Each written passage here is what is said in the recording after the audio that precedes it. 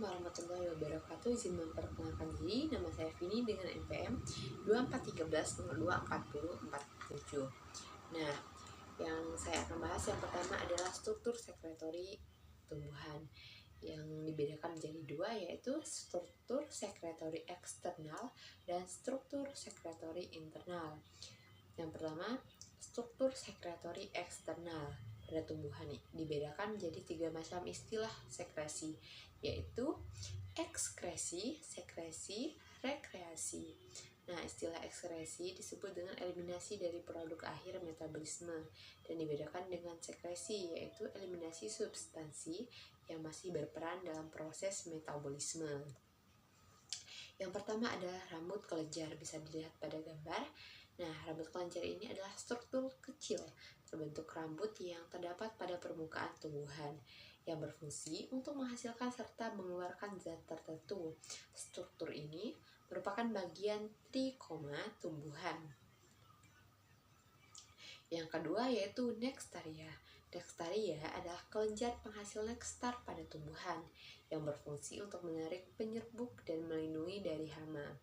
Berdasarkan letaknya, nektaria terbagi menjadi floral di dalam bunga dan ekstrafloral atau di luar bunga, seperti di daun ataupun di tangkai. Nektaria ini memiliki bentuk yang bervariasi, bisa berupa tonjolan, lubang, ataupun rambut kelenjar.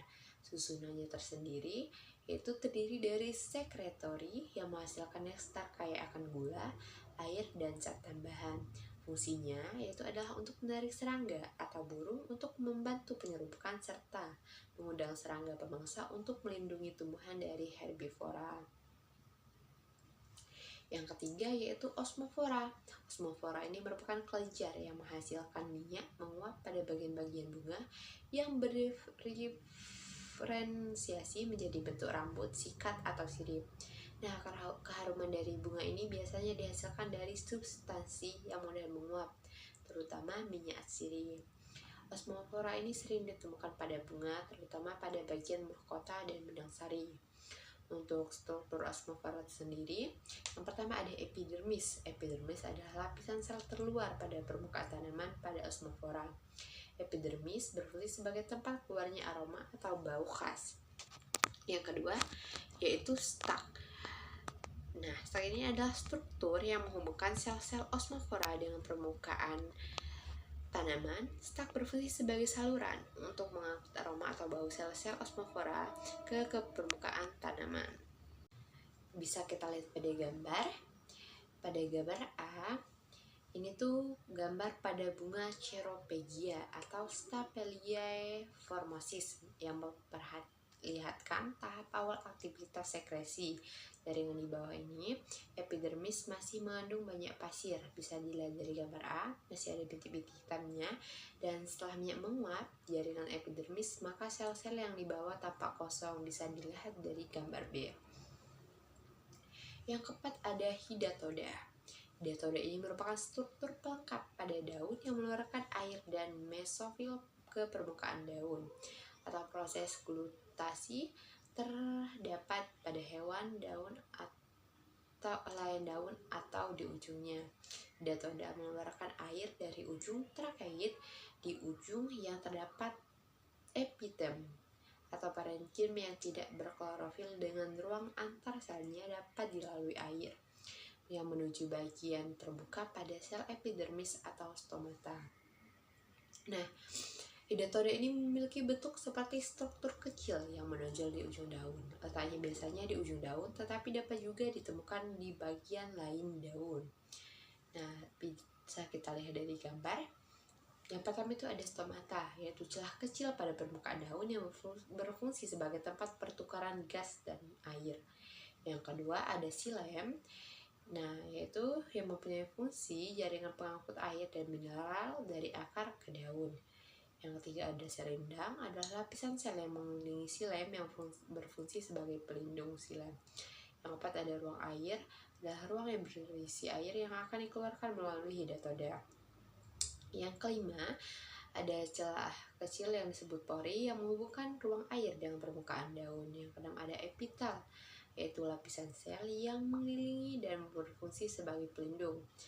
Nah, ini semua epitem ini memiliki fungsi sama seperti seundang dan kutikula. Ada struktur sekretori internal. Yang pertama ada sel sekretori. Nah, sel-sel ini sering tampak sebagai sel khusus atau idioplas yang mempunyai kandungan senyawa yang bermacam-macam. Misalnya ada minyak, contohnya pada warga Kalikantheaceae, Lauraceae, Magnoliaceae, Winteraceae, dan lainnya. Ada pula resin yang merupakan ciri umum pada konifer, yaitu Pinaceae, Asteraceae. Selanjutnya ada lendir, misalnya pada angkot Cactaceae, Malvaceae, Lauraceae, Magnoliaceae. Selanjutnya ada lendir dengan Rhaphidia, yaitu pada Aloe sp. Nah, selanjutnya ada enzim mirosin, contohnya pada anggota Camparidaceae, Baraceae, Rhexidaceae, dan juga ada tanin pada anggota Miraceae, Fabaceae, Vitaceae. Selanjutnya ada ruang dan saluran sekretori. Ruang dan saluran sekretori pada tumbuhan yaitu bagian dari jaringan sekretori yang berfungsi untuk menghasilkan atau menyimpan dan mengeluarkan zat-zat tertentu seperti getah, minyak esensial, resin, ataupun lateks. Ruang dan saluran ini berperan penting dalam perlindungan metabolisme dan interaksi tumbuhan dengan lingkungannya. Nah, ruang dan saluran sekretoris ini ada namanya ruang sekretori. Yang pertama ada ruang lesigen, terbentuk karena pelarutan atau penghancuran sel-sel di sekitarnya yang menghasilkan rongga zat-zat sekretori yang disimpannya. Yaitu contohnya adalah ruang penyimpanan minyak pada jeruk.